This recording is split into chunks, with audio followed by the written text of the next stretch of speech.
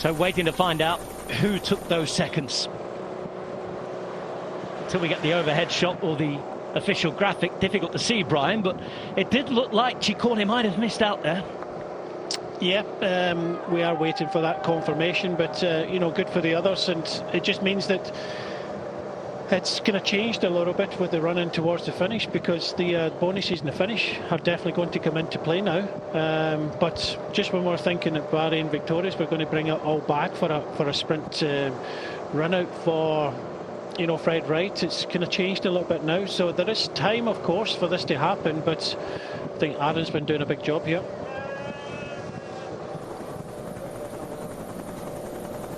Nine Ks to go, and Arendsman is keeping this lead going.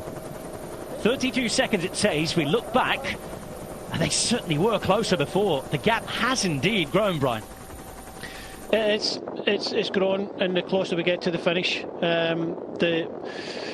you know, it gets a little bit more nervous for this group to bring, you know, the group in front back. But I think we saw it yesterday. We heard from Theo Geoghegan-Hart yesterday how quick Arendsman was going in the final, and he's certainly doing a great job now. And if Theo wants to win this race, he has to keep this race away. I just thought that tactically in the run and having Rodriguez here would have made the difference, but it's still in the balance here, still very close for these two groups to come together. And as we see around this corner now, that you know, there's a few riders starting to kind of sandbag, start looking at how they can win this stage, because we now have a race for the general classification now.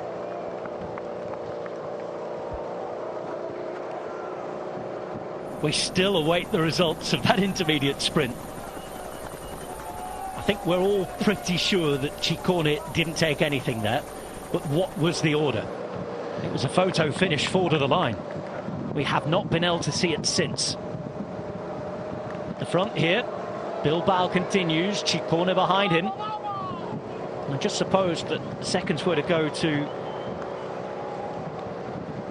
Geoghegan-Hart there, he'd only be 1 second behind Ciccone. So it is all to play for here on the line. We're inside the final 9 kilometres and inside the city boundaries of Valencia now. A lovely afternoon by the Mediterranean Sea. Well, I'm just getting some information that Bilbao got the 3 seconds, Theo Geoghegan-Hart got the 2 seconds, but Ciccone got 1 second. Wow. Of course, we didn't get the chance to see it, did we? We know that Vlasov was close. It was forward of the line, but good news for Ciccone then. Yep, it means that Ciccone still leading this race by 3 seconds from Theo Geoghegan-Hart. Bilbao now at 5 seconds, so still means that the 10, 6 and 4 on the finishing line could make a hell of a difference. 5.5 kilometres to go now. And the gap seems to have come down again. 28 seconds. So 3 seconds the difference between Ciccone and Geoghegan-Hart in the GC. 5 to Bilbao, 9 now to Vlasov. 10, 6 and 4 on the line still. Yeah, for Theo Geoghegan-Hart, he just has to hope that if he wants to win this race today, in the overall and final sprint finish here, that he gets a bonus he gets in the first 3 and hopes that Ciccone doesn't. Bilbao, Geoghegan-Hart, Ciccone. It looks terribly tight, didn't it, on that head-on shot that we got. Finally, news coming out that it was Bilbao, Geoghegan-Hart, just Ciccone ahead of Vlasov.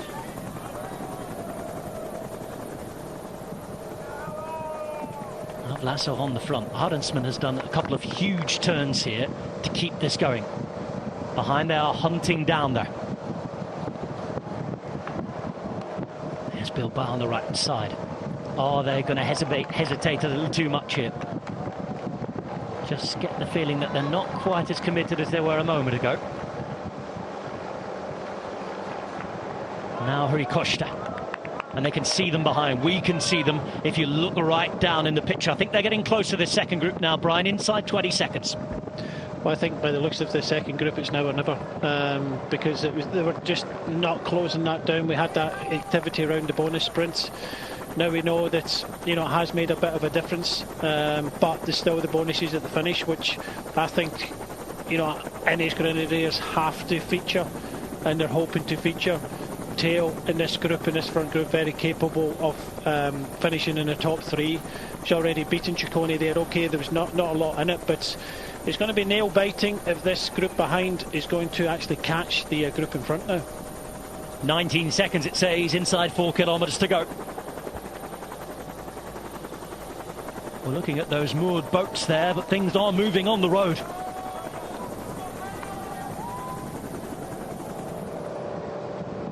Vlasov here. Gegenhardt just doing up his shoes now. And Vlasov it is who's launching, because there's been a little bit of a gap left, and Vlasov has a small gap now with Bilbao chasing. It's all happening towards the end of this race, and the gap to the second gap goes to 13 seconds. Yeah, it's going to be nail biting all the way to the finish. This is Vlasov. His team is already fantastically today on that final climb there, split it all up, but it hasn't gone as well as expected from Vlasov. He wanted to play kind of tactical card. He has to win the stage and hope there's no bonuses for anybody else to win the general classification. He is the general classification winner from last year and would love to double up, but it doesn't look as he's going to be able to do that today. Yeah, realistically, he would have to win with a small gap, because he's 9 seconds off the yellow jersey, who's just at the back of this group that's together again. In the meantime, Bilbao looks around, and the gap we're getting back to the bigger group, the one that wants a sprint, has gone up again. It's real seesaw stuff. And now we get an attack launched on the left-hand side as we look at it. It's Marc Soler. Gegenhardt is on his wheel. And then you have Giulio Ciccone. Stop-start stuff as we go into the final 2.5 kilometres. It is nail-biting here. And as Ciccone is looking at tail now, he knows he's the closest to this general classification victory. But the attacks will keep on going. They will keep on coming. And there's a few riders in here not even interested in the general classification, but more so about you know, trying to win the stage. And it's Tiemann Arendsman who has gone out in search of that stage. And now Vlasov goes around trying to catch him, because Rui Costa's coming across as well. It's all action stuff in the final few hundred metres. Just 2,000 of them to go now in Valencia. So Rui Costa's onto the wheel of Tiemann Arendsman, tries to go straight past him. And they've got quite the gap here, Brian. Well, this is a danger, because Rui Costa's at 14 seconds when you consider, and he's gapped Arendsman as well. So Rui Costa going for victory here, not just victory in the stage because he was 14 seconds down, but can Rui Costa take overall victory? It's quite the while since Rui Costa was able to take a stage race. Remember, 1.5 kilometres to go here. Took his first win full stop in 2.5 years the other day. The last time he won a stage race was 6 years ago, Brian, at the Abu Dhabi Tour.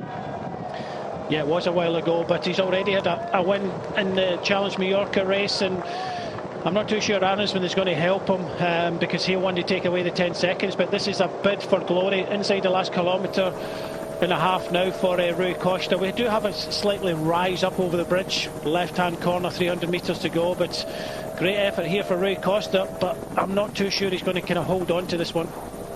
Inside 900 metres now for Rui Costa, the former world champion from Portugal.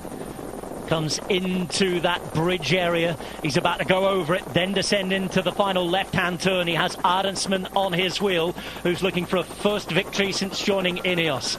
2 hours, 6 minutes of racing.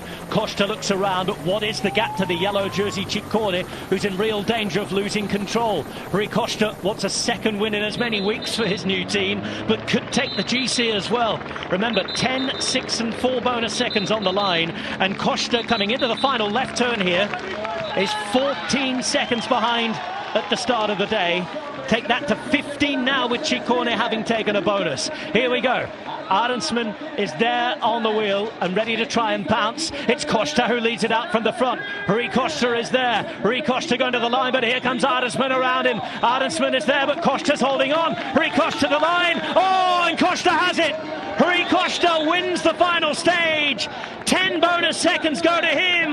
The clock rolls on. It's past 5 now, and Rui Costa takes the stage and takes the general classification on the final day in Valencia. An absolutely incredible turn up for the books. 21 seconds as Ciccone crosses the line. That is sensational, Brian Smith. It is the wily old fox, Rui Costa, steals the day. Just when Ciccone was looking at Tailgate and Hearts, Arensman went. Rui Costa thought, well, nothing to lose here, went for it, gave absolutely everything. He would have still won it if he'd finished in second place there, but he was so strong towards the end. He held on for the stage victory, and as you say, started at 14 seconds. We weren't really kind of featuring him. We were looking at Barry and Victorious with Bilbao, Tailgate and Hart. We're looking at all these options. Intermarché had one rider at the front of this race today. He started today at 14 seconds, the ex-world champion, and stole it from everybody. Rui Costa has raced 8 days for his brand new team. Only 3 times has he finished outside the top 8. Today, he's won a second race in 2 weeks, and he's won a first general classification prize for 6 long years. At 36 years of age, he joins Intermarché. He beats the young guns. He is reborn.